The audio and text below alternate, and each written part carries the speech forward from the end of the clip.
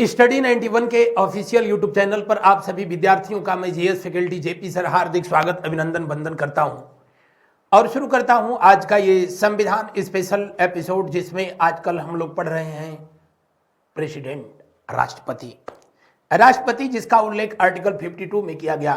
राष्ट्रपति भारत में वो पद है जिसको सर्वशक्तिमान शक्तिहीन व्यक्ति बना दिया गया।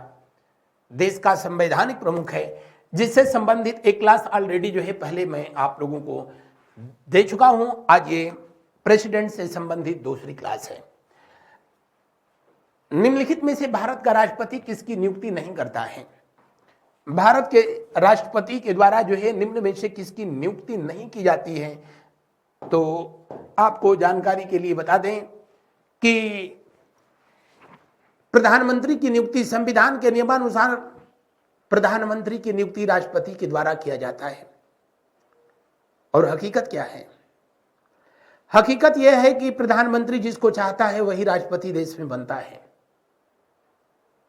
इसीलिए भारतीय संविधान को कहीं कहीं विरोधाभास की विषय वस्तु बता दिया गया है।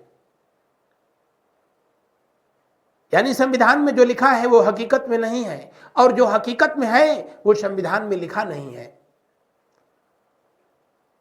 आप लोगों ने देखा, वर्तमान प्रधानमंत्री महोदय जिसको चाहे उसको राष्ट्रपति बना दिए, लेकिन ये हकीकत है।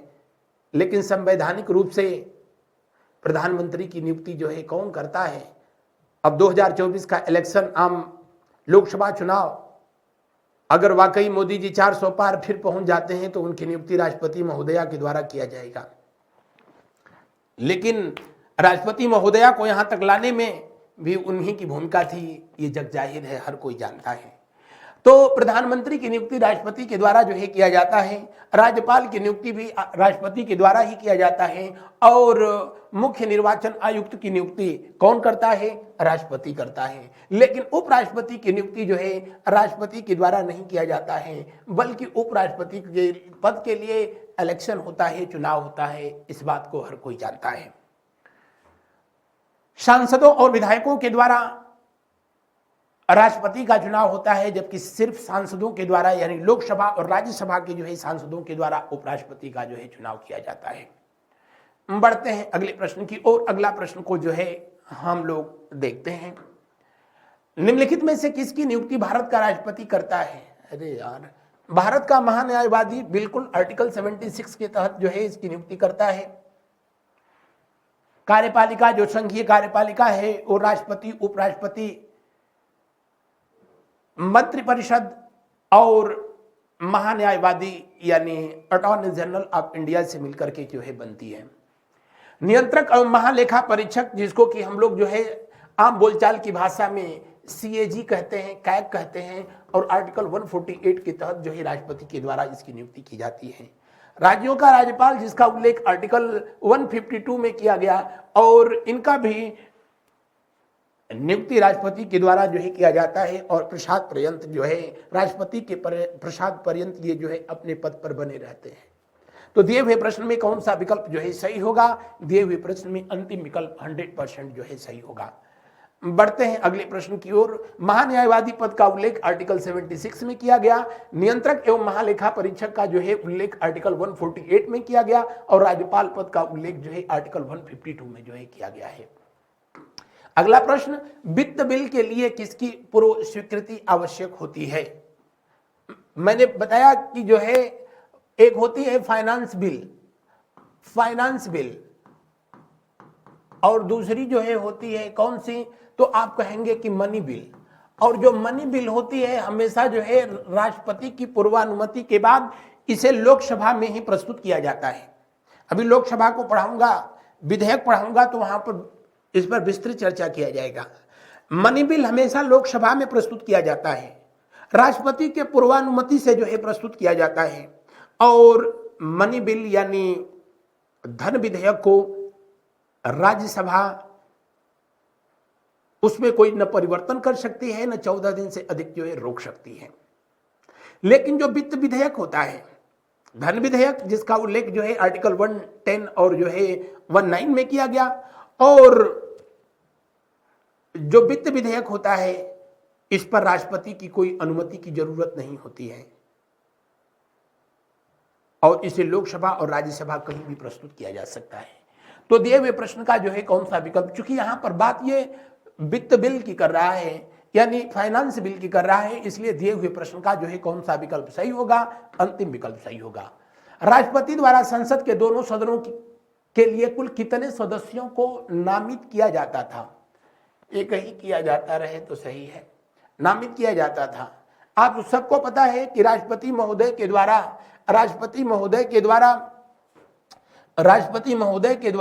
राज्यसभा में कितने सदस्यों को मनोनीत किया जाता है, कितने सांसदों को मनोनीत किया जाता है? तो आप कहेंगे कि 12। किस आर्टिकल के तहत यह प्रावधान किया गया? 80। किस देश के संविधान से यह प्रावधान किया गया? आयरलैंड। समाज सेवा, कला, साहित्य, विज्ञान के क्षेत्र में जो है उल्लेखनीय कार्य करने वाले लोगों को राज्यसभा में राष्ट्रपति महोदय के द्वारा राज्यसभा का सांसद मनोनीत किया जाता है। हालांकि बड़ी विचित्र स्थिति है, देश के अंदर सबसे पहले फिल्म अभिनेत्री देविका रानी को राज्यसभा में मनोनीत किया गया था, जबकि अन्य देशों में, जिस देश से हम लोगों ने इस प्रावधान को लिया है, वहां पर स्वतंत्रता सेनानियों के अलावा भूतपूर्व सैनिकों को भी राज्यसभा में, जिन्होंने देश के लिए अपने प्राणों की आहुति दी, उनके परिजनों को या फिर अपने वतन के लिए जो है युद्ध करने वाले या स्वतंत्रता संग्राम में जिन लोगों ने भाग लिया, उनको भी राज्यसभा में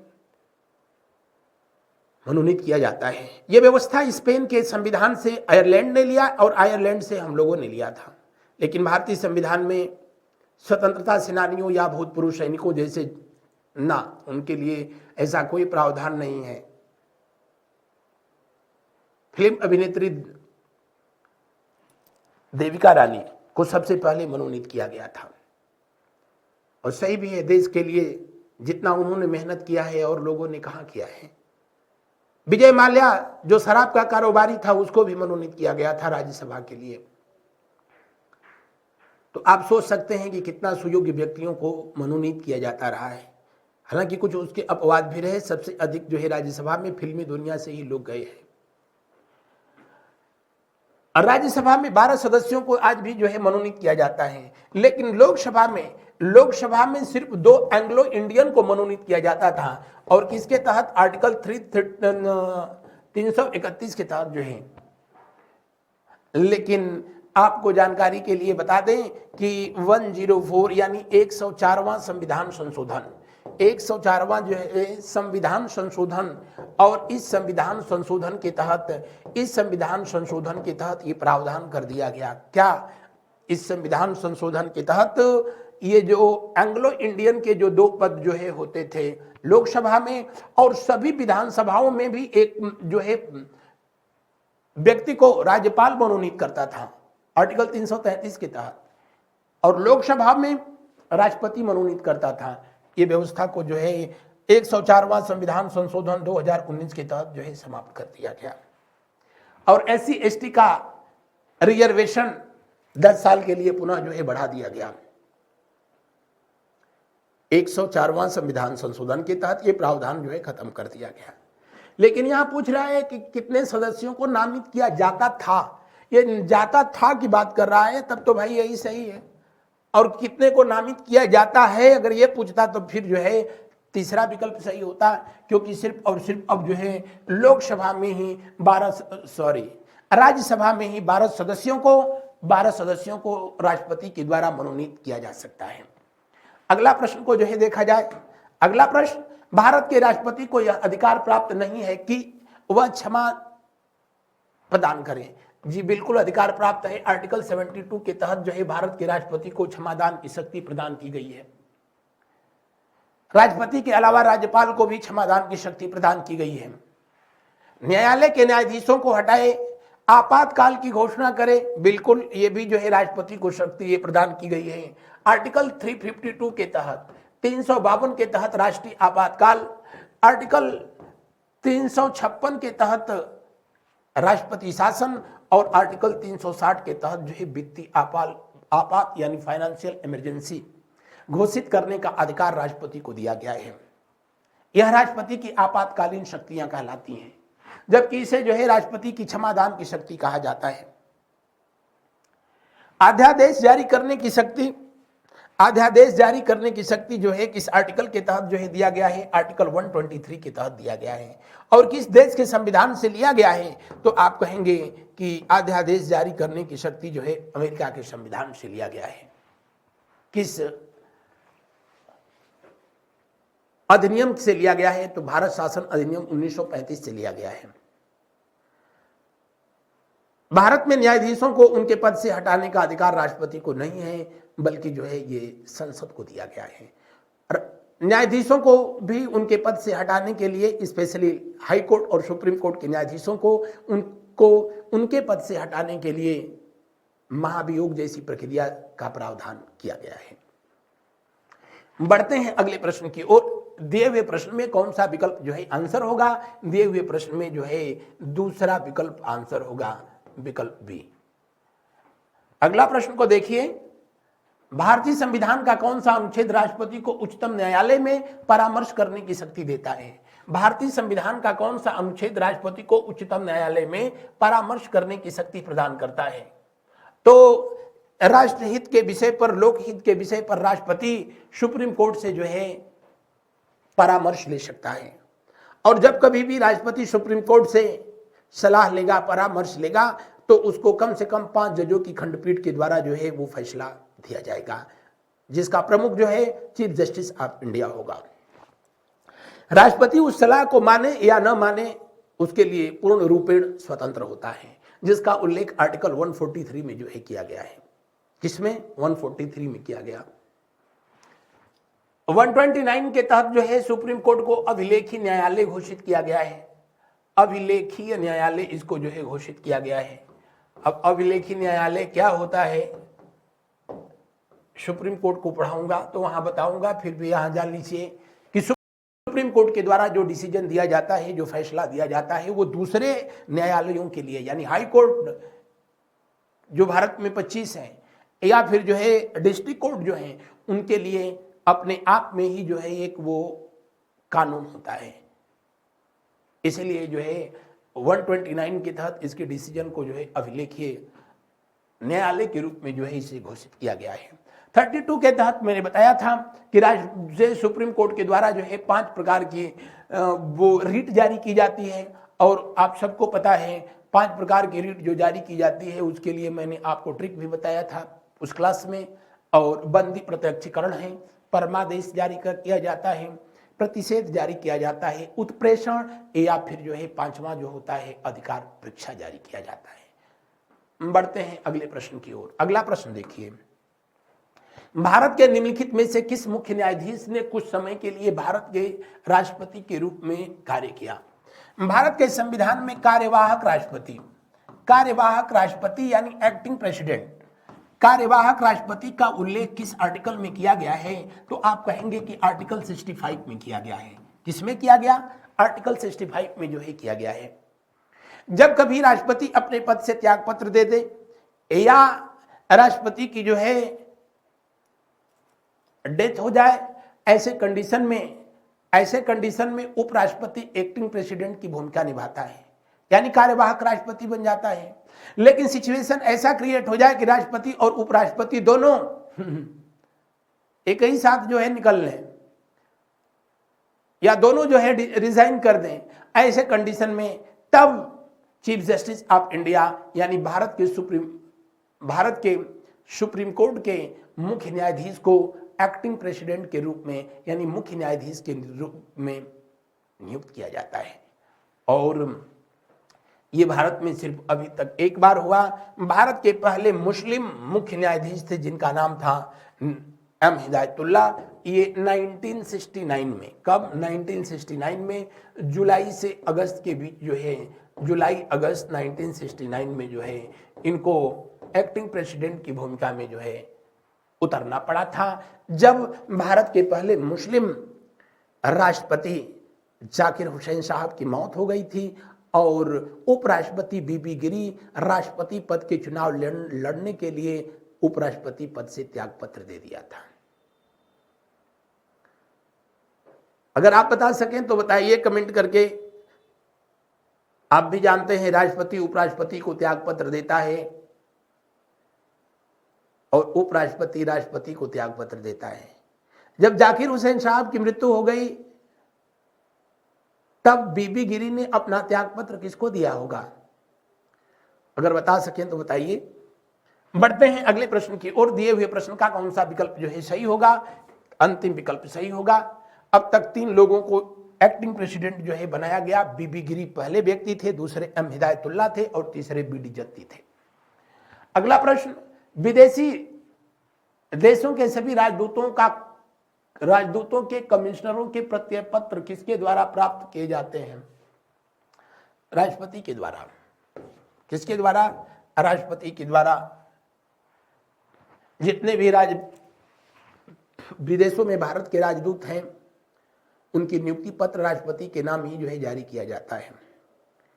या विदेशों के राजदूत जब भारत में आते हैं तो उनको स्वीकृति पत्र भी राष्ट्रपति के द्वारा ही प्रदान किया जाता है।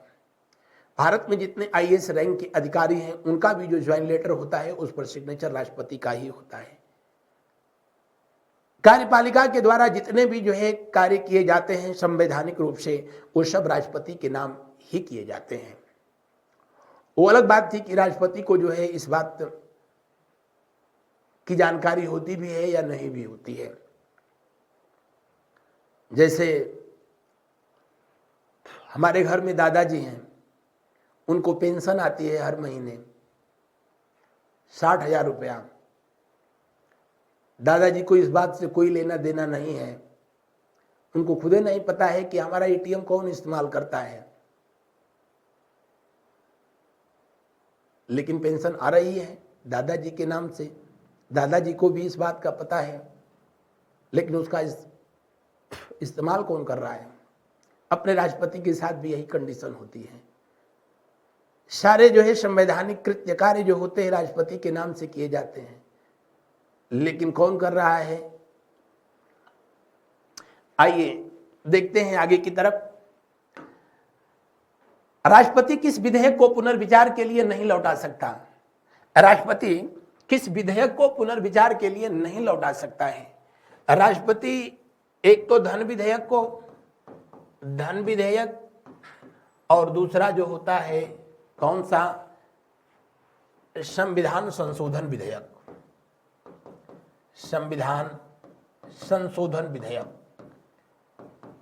इन दोनों को जो है पुनर्विचार के लिए वापस नहीं कर सकता है। किस विधेयक को नहीं लौटा सकता है? धन विधेयक को। तो दिए हुए प्रश्न में कौन सा विकल्प जो है सही है? तीसरा विकल्प जो है सही है। आर्टिकल 74 में लिखा गया था, आर्टिकल 74 में लिखा गया कि राष्ट्रपति जो है मंत्रिपरिषद के सलाह पर काम करेगा, लेकिन 42वां संविधान संशोधन 1976 के तहत यह प्रावधान कर दिया गया कि राष्ट्रपति मंत्रिपरिषद के सलाह पर ही काम करेगा और वो उसको मानने के लिए बाध्य है। लेकिन 44वां संविधान संशोधन 1978 के तहत यह प्रावधान किया गया कि राष्ट्रपति मंत्रिपरिषद की सलाह पर काम करेगा जरूर, लेकिन यथा उचित मामलों में किसी विधेयक को, धन विधेयक को छोड़ करके पुनर्विचार के लिए वापस भी कर सकता है। लेकिन मंत्रिपरिषद पुनः उसको पास कर दे, संसद पुनः पास कर दे, तब जो है उस पर अपनी स्वीकृति इनको देना अनिवार्य हो जाता है। अगला प्रश्न को हम लोग देखें, ये तो पिछला प्रश्न हो गया। यदि राष्ट्रपति द्वारा किसी विधेयक को पुनर्विचार के लिए लौटाया जाता है तो वह किस वीटो का प्रयोग करता है? राष्ट्रपति के पास जो है कौन कौन से वीटो है? तो अत्यांतिक शब्द होना चाहिए था। अत्यांतिक शब्द है, अत्यांतिक वीटो, जिसको एब्सोल्यूट वीटो के नाम से जो है जाना जाता है। और दूसरा जो है निलंबनकारी वीटो, जिसको सस्पेंशन वीटो कहते हैं, और तीसरा है जेबी वीटो। सही तो यह है कि भारतीय संविधान में भारत के राष्ट्रपति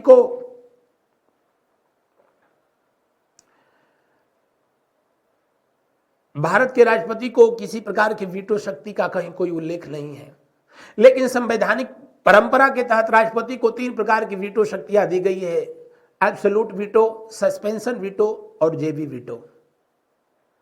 अत्यांतिक वीटो, निलंबनकारी वीटो और जो है पॉकेट वीटो।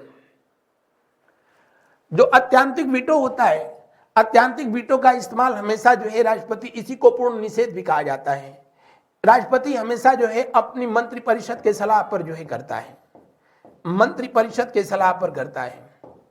यानी अगर जो है मंत्रिपरिषद राष्ट्रपति को यह सलाह देता है कि अमुक वीटो को जो है अपनी अनुमति प्रदान न करें,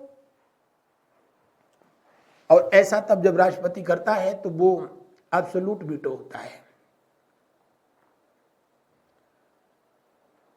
एब्सोल्यूट वीटो होता है, जैसे सपोज करिए कि अगर जो इस समय बीजेपी की गवर्नमेंट है देश के अंदर, कुछ ऐसे विधेयक हैं जो कि अभी राष्ट्रपति के पास जो है पड़े हुए हैं,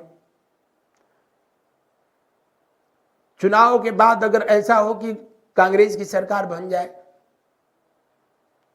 अगर बन जाए तो अच्छी बात है, अच्छे परिवर्तन होने चाहिए। तो इससे पहले वाली सरकार के द्वारा जितने विधेयक जो है पास करके राष्ट्रपति के पास जो है भेजे गए थे, अब उस विधेयक के लिए नई वाली सरकार जो कांग्रेस की सरकार बनेगी, चाहे इंडिया गठबंधन आ जाए, तो राष्ट्रपति महोदया से जो है कहेगा कि बीजेपी वालों की जितनी जो है, यानी पुरानी सरकार की जितनी भी फाइलें हैं, विधेयक हैं, उसको निरस्त कर दिया जाए, उस पर आप अपनी अनुमति ना प्रदान करें। राष्ट्रपति महोदय ऐसा ही करते हैं। तो कहने का मतलब कि जब मंत्रिपरिषद स्वयं सलाह देती है किसी विधेयक पर, विधेयक को पास न करने के लिए, तो इस वीटो को एब्सोल्यूट वीटो कहा जाता है। जैसे 1954 में पेप्सू विधेयक के संदर्भ में राजेंद्र प्रसाद ने इसका सबसे पहले जो है इस्तेमाल किया था। कब? 1954 में, जब नेहरू जी की सरकार ने स्वयं जो है ऐसा किया, और वो पेप्सू विधेयक को जो है पेप्सी की बोतल में बंद करा दिया गया। निलंबनकारी वीटो का मतलब होता है कि धन विधेयक को जो है छोड़ करके, या संविधान संशोधन विधेयक को छोड़ करके किसी विधेयक को जब राष्ट्रपति जो है वापस कर देता है, संसद उस पर पुनर्विचार जो है करती है, पुनर्विचार के लिए वापस कर दिया, और फिर जो है जब संसद उसको दोबारा जो है पास करके राष्ट्रपति के पास जो है भेजते, तो ऐसे कंडीशन में राष्ट्रपति महोदय को उस पर अपना स्वीकृति देना जो है अनिवार्य होता है। हालांकि ऐसा कोई समय सीमा का जो है उपबंध नहीं किया गया है संविधान में कि राष्ट्रपति को किसी विधेयक को कितने दिन के भीतर पुनर्विचार के लिए वापस कर देना चाहिए, ऐसी कोई समय सीमा का उल्लेख नहीं है। सबसे पहले इस वीटो का जो है इस्तेमाल किया गया था 1991 में, 1991 में जो है किया गया था। आर वेंकट रमन के द्वारा जो है किया गया था, जब सांसदों और विधायकों के जो है वेतन भत्ते से संबंधित मामला था। बढ़ते हैं अगले प्रश्न की ओर। जेपी वीटो का 1986 में डाक विनियोग विधेयक को लेकर के जो है इस्तेमाल किया था ज्ञानी जैल सिंह ने। राष्ट्रपति निम्न में से किस सूची के विषय पर अध्यादेश जारी कर सकता है? अध्यादेश हमेशा राष्ट्रपति जो है आर्टिकल 123 के तहत जो है जारी करता है। किसके तहत? 123 के तहत जो है ये अध्यादेश जारी करता है। और आर्टिकल 213 के तहत जो है कौन अध्यादेश जारी करता है? तो आप कहेंगे कि राज्यपाल जो है जारी करता है। अध्यादेश तब जारी किया जाता है जब संसद के दोनों सत्र या कोई भी एक सत्र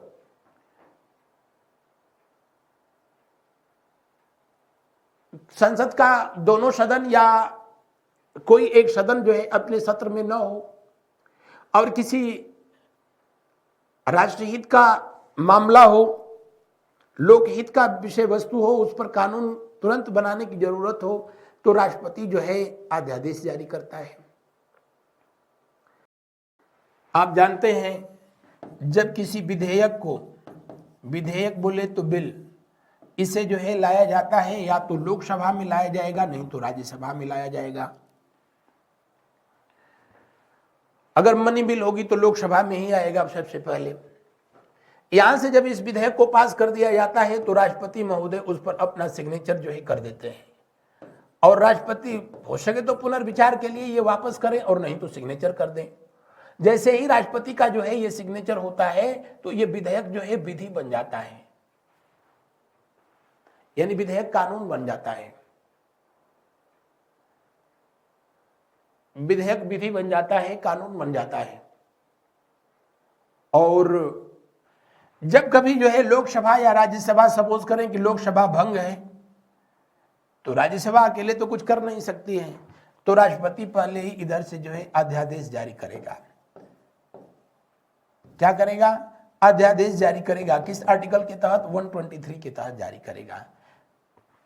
और इसके बाद इसे लोकसभा या राज्यसभा जब का गठन हो जाएगा तो इसके गठन के जो है 6 सप्ताह के भीतर इनकी अनुमति जो है आवश्यक होती है। अनुमति जैसे ही आवश्यक हो गई तो जो है अब ये जो अध्यादेश था वो विधि बन गया, कानून बन गया। तो आपसे पूछा जाए कि अध्यादेश क्या है, आप कहेंगे अध्यादेश विधि निर्माण की विपरीत प्रक्रिया है। क्या है? विधि निर्माण की जो विपरीत प्रक्रिया है वही ऑर्डिनेंस है, वही अध्यादेश है। अगला प्रश्न को जो है देखें। हाँ, अध्यादेश हमेशा जो है राष्ट्रपति जारी करेगा, तो उन्हीं विषयों पर वो अध्यादेश जारी कर सकता है जिन विषयों पर केंद्र सरकार कानून बना सकती है। तो केंद्र सरकार कानून किस पर बना सकती है? या तो संघ सूची का जो विषय होगा, यूनियन लिस्ट वाली, और नहीं तो कॉन्करेंट लिस्ट यानी जो है समवर्ती सूची का जो विषय होगा उस पर कानून बना सकती है। तो हमेशा राष्ट्रपति जो अध्यादेश जारी करेगा संघ सूची और समवर्ती सूची के विषयों पर ही अध्यादेश जारी कर सकता है। अगला प्रश्न, राष्ट्रपति किस सूची के विषयों पर अध्यादेश जारी नहीं कर सकता है? फटाफट बताइए, जल्दी जल्दी, तब तक हम जल ग्रहण कर लें।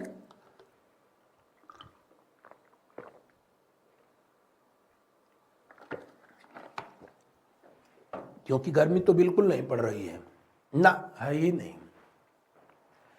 सिर्फ यहाँ का टेम्परेचर जो है इसमें 47 डिग्री तक पहुंचा है। ईश्वर की कृपा रहेगी तो हाफ सेंचुरी लग जाएगा। हालांकि आईपीएल तो खत्म हो गया। अगला प्रश्न, राष्ट्रपति किस सूची के विषयों पर अध्यादेश जारी नहीं कर सकता है? तो राष्ट्रपति, अभी तो मैंने बताया, जिन विषयों पर केंद्र सरकार कानून नहीं बना सकती उस पर राष्ट्रपति अध्यादेश नहीं जारी करेगा। तो राज्य सूची के जो विषय होते हैं उस पर केंद्र सरकार कानून नहीं बना सकती है, और नहीं बना सकती है तो उस पर राष्ट्रपति अध्यादेश नहीं जारी करेगा। इसी तरह राज्यपाल जो अध्यादेश जारी करता है वो राज्य सूची के विषय पर अध्यादेश जारी कर सकता है या समवर्ती सूची पर जारी करेगा। यानी जो स्टेट लिस्ट और कॉन्करेंट लिस्ट, इन्हीं दोनों पर अध्यादेश जारी करेगा। कौन? राज्यपाल, आर्टिकल 213 के तहत। लेकिन राष्ट्रपति यूनियन लिस्ट और कॉन्करेंट लिस्ट, संघ सूची, समवर्ती सूची के तहत जो है आर्टिकल 123 के तहत अध्यादेश जारी करता है।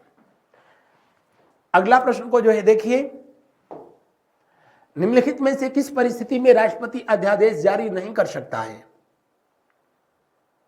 जब केवल राज्यसभा इस सत्र में हो, जब केवल लोकसभा इस सत्र में हो, या दोनों सत्र में हो। जब दोनों सत्र में होंगे तो जाहिर सी बात है तब सरकार खुद ही जो है विधेयक लाएगी और यथा उचित लोकसभा या राज्यसभा में प्रस्तुत करके उसको पास कराएगी। राष्ट्रपति को अध्यादेश जारी करने की क्या जरूरत पड़ेगी? तब दोनों सदन सत्र में हो, ऐसे कंडीशन में राष्ट्रपति को अध्यादेश जारी करने की शक्ति नहीं होती है। अगला प्रश्न देखें, भारत के राष्ट्रपति के दोनों सदनों को प्रथम सत्र के प्रारंभ में कब दोनों सदनों को भारत के राष्ट्रपति दोनों सदनों को प्रथम सत्र के प्रारंभ में कब संबोधित करते हैं? संबोधित शब्द होना चाहिए था। ये हमारे टाइपिस्ट महोदया का कमाल है। तो कब संबोधित करते हैं? या तो जो है लोकसभा के प्रत्येक आम चुनाव के बाद, जैसे 2024 लोकसभा का आप गठन हो जाएगा, उसके बाद जब चुने हुए सांसद पहली बार फिर संसद में पहुंचेंगे तो संसद के प्रथम सत्र को जो है राष्ट्रपति महोदया संबोधित करेंगी। और प्रतिवर्ष जब बजट सत्र शुरू होता है तो उस समय भी जो है संसद महोदया के द्वारा जो है इसे संबोधित किया जाता है, अपने नीतियों को जो है बताया जाता है। तो दिए हुए प्रश्न में कौन सा विकल्प जो है सही होगा? दूसरा विकल्प सही होगा, सॉरी तीसरा। अगला देखें, संविधान के अनुच्छेद 124 के अंतर्गत राष्ट्रपति निम्नलिखित में से क्या कर सकता है? तो मैंने बताया कि 123 के तहत राष्ट्रपति अध्यादेश जो है जारी कर सकता है। क्या कर सकता है? अध्यादेश जारी कर सकता है। सॉरी 124 है, 124 के तहत क्या कर सकता है? तो जो है 124 के तहत जो है राष्ट्रपति क्या कर सकता है? राष्ट्रपति जो है सर्वोच्च न्यायालय के न्यायाधीशों की नियुक्ति कर सकता है, सर्वोच्च न्यायालय के न्यायाधीशों की नियुक्ति कर सकता है। दिए हुए प्रश्न का कौन सा विकल्प जो है सही होगा? दिए हुए प्रश्न का जो है दूसरा विकल्प सही होगा। 143 के तहत जो है सर्वोच्च न्यायालय से परामर्श ले सकता है। उच्च न्यायालय के न्यायाधीशों की नियुक्ति कौन करेगा? राष्ट्रपति जी। नियंत्रक सह लेखा परीक्षक की नियुक्ति कौन करेगा? राष्ट्रपति। लेकिन 124 के तहत हाई कोर्ट के न्यायाधीशों की नियुक्ति करता है। हाई कोर्ट के और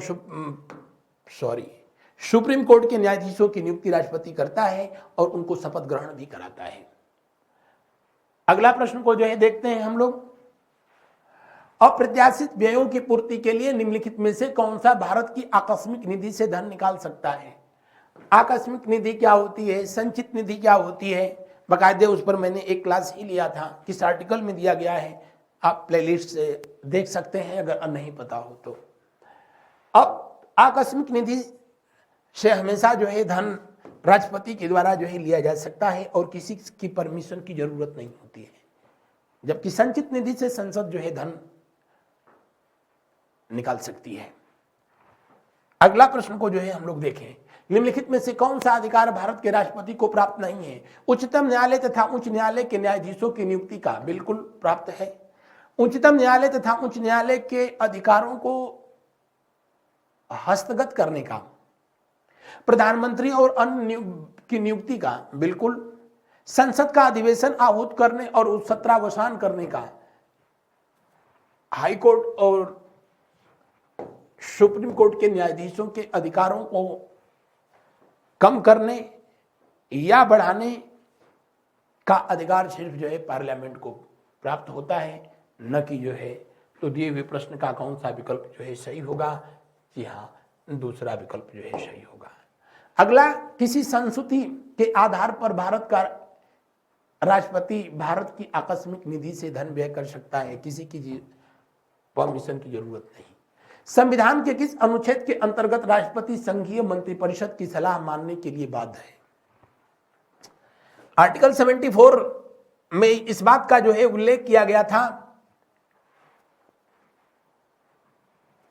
कि राष्ट्रपति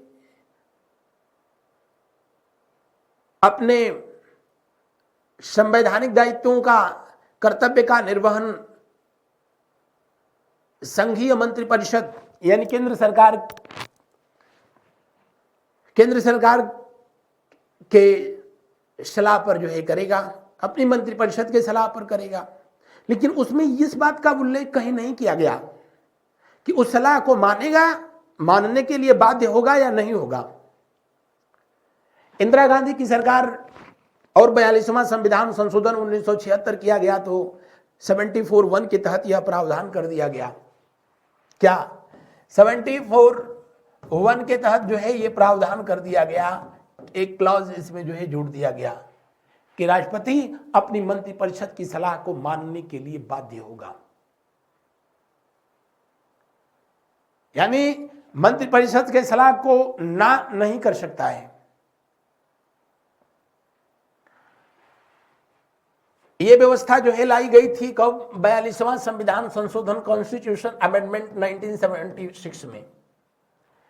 लेकिन जब जनता पार्टी की सरकार बनी, मोरारजी देसाई पहले गैर कांग्रेसी प्रधानमंत्री बनाए गए, तो इन्होंने फिर इसमें संशोधन किया और जो है 74(2) के तहत एक क्लास जो है जोड़ा गया।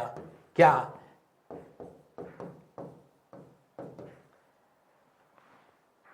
44वां संविधान संशोधन 1978 के तहत यह प्रावधान किया गया,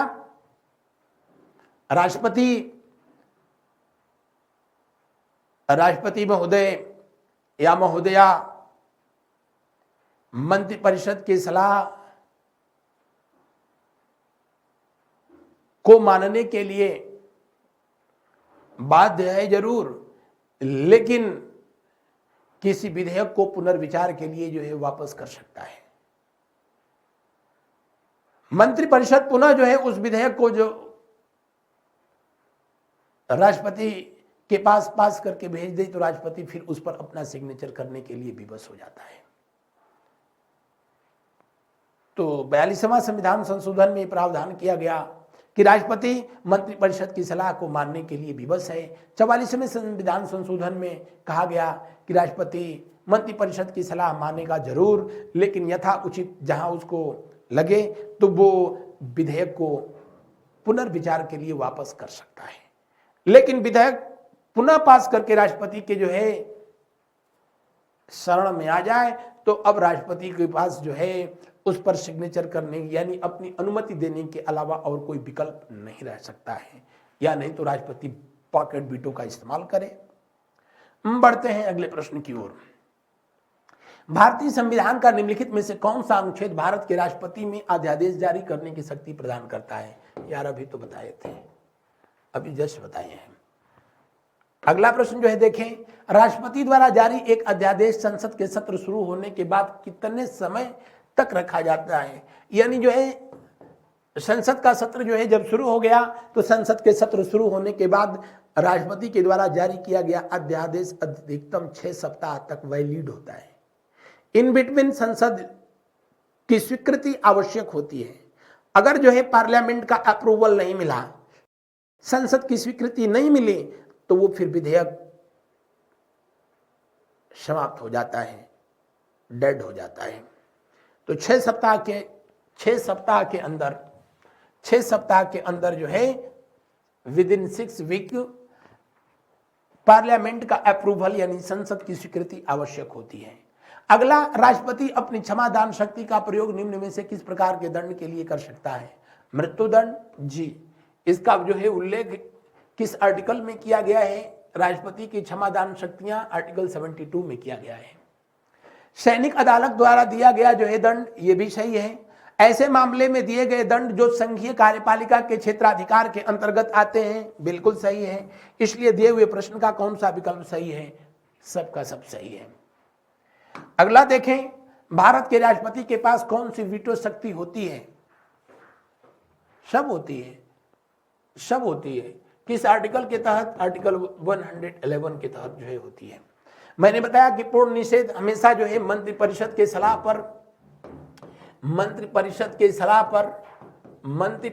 सलाह पर जो है एब्सोल्यूट वीटो जो है चार्ज करता है।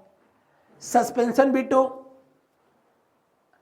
स्वयं की जो है विचार शक्ति के द्वारा राष्ट्रपति ऐसा काम करता है, और पॉकेट वीटो जब राष्ट्रपति नहीं विधेयक को पुनर्विचार के लिए वापस करता है, नहीं उस पर अपनी स्वीकृति देता है, तब वो जो है पॉकेट वीटो कहलाता है, जो 1986 में ज्ञानी जैल सिंह के द्वारा डाक विनियोग विधेयक पर जो है किया गया था। अगला प्रश्न को देखिए, भारत के राष्ट्रपति ने जिस एकमात्र मामले में वीटो शक्ति का प्रयोग किया था, अभी तो बताया, भारतीय डाक संशोधन 1986 में किसने किया था? ज्ञानी जैल सिंह भारत के पहले सिख राष्ट्रपति थे और राष्ट्रपति बनने से पहले ये गृह मंत्री थे। तो इस तरह ये पहले ऐसे जो है होम मिनिस्टर हुए, गृह मंत्री हुए, जिन्होंने राष्ट्रपति पद को भी सुशोभित किया। बढ़ते हैं अगले प्रश्न की ओर। अगला प्रश्न को जो है देखा जाता है, राष्ट्रपति को लोकसभा में किन 2 सदस्यों को मनोनीत करने का अधिकार था? अभी मैंने बताया एंग्लो इंडियन वो होते हैं जिनके माता पिता में से कोई एक जो है ब्रिटिश नागरिक हो। ऐसे लोगों को एंग्लो इंडियन कहा जाता है।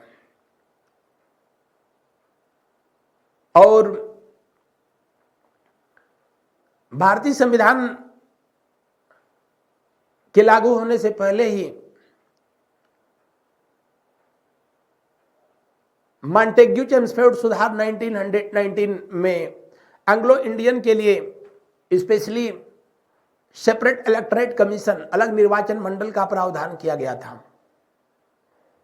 और आजादी के बाद लॉर्ड माउंटबेटन के प्रयासों से बाकायदे इसमें प्रावधान किया गया कि लोकसभा में 2 एंग्लो इंडियन को राष्ट्रपति के द्वारा आर्टिकल 331 के तहत जो है नॉमिनेट किया जाएगा, मनोनीत किया जाएगा।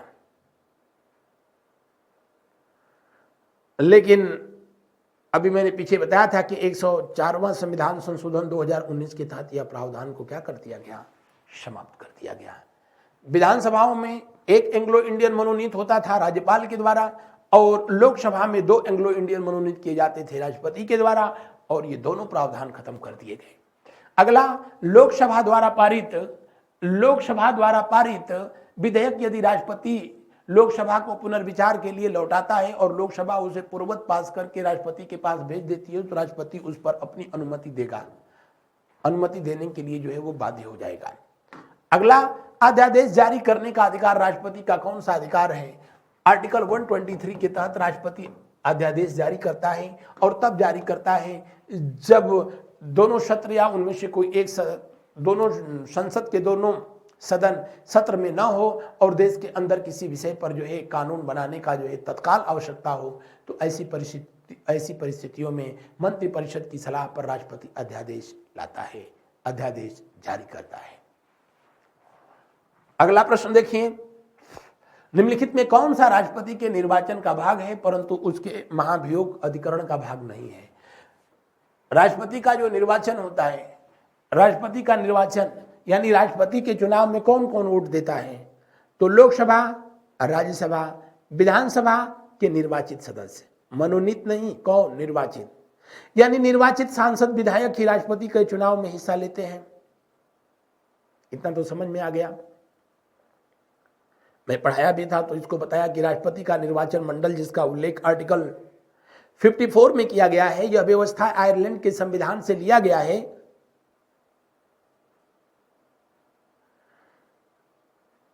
और जब राष्ट्रपति पर कभी महाभियोग की प्रक्रिया जो है लाई जाती है, हालांकि भारत में अभी कभी ऐसा हुआ नहीं, लेकिन जब महाभियोग लाया जाता है तब विधानसभाओं के सदस्यों को उसमें हिस्सा लेने का कोई राइट नहीं होता है, कोई अधिकार नहीं होता है। तो दिए हुए प्रश्न का कौन सा विकल्प सही होगा? तीसरा विकल्प सही होगा। अंतिम प्रश्न को देखिए। अगला क्वेश्चन, राष्ट्रपति के उम्मीदवार के लिए क्या आवश्यक नहीं है? न्यूनतम आयु 35 वर्ष, अधिकतम कोई सीमा नहीं, सांस भी चलती रहे तो काम चलेगा। सांसद चुने जाने की योग्यता हो, सांसद का मतलब लोकसभा की जो है सांसद बनने की योग्यता हो, देश का नागरिक हो, जन्म से नागरिक हो, पढ़ा लिखा हो या न हो, इसकी कोई जरूरत नहीं है। इसीलिए यही उत्तर होगा, क्योंकि जितने भी ऐसे जो है पद भारत में जहां निर्वाचन प्रक्रिया होती है वहां पढ़ा लिखा होना कोई जरूरी नहीं होता है। अगला, राष्ट्रपति के चुनाव में विवाद होने पर किसकी सलाह ली जाती है? हमेशा राष्ट्रपति के चुनाव में विवाद होने पर हमेशा सलाह जो है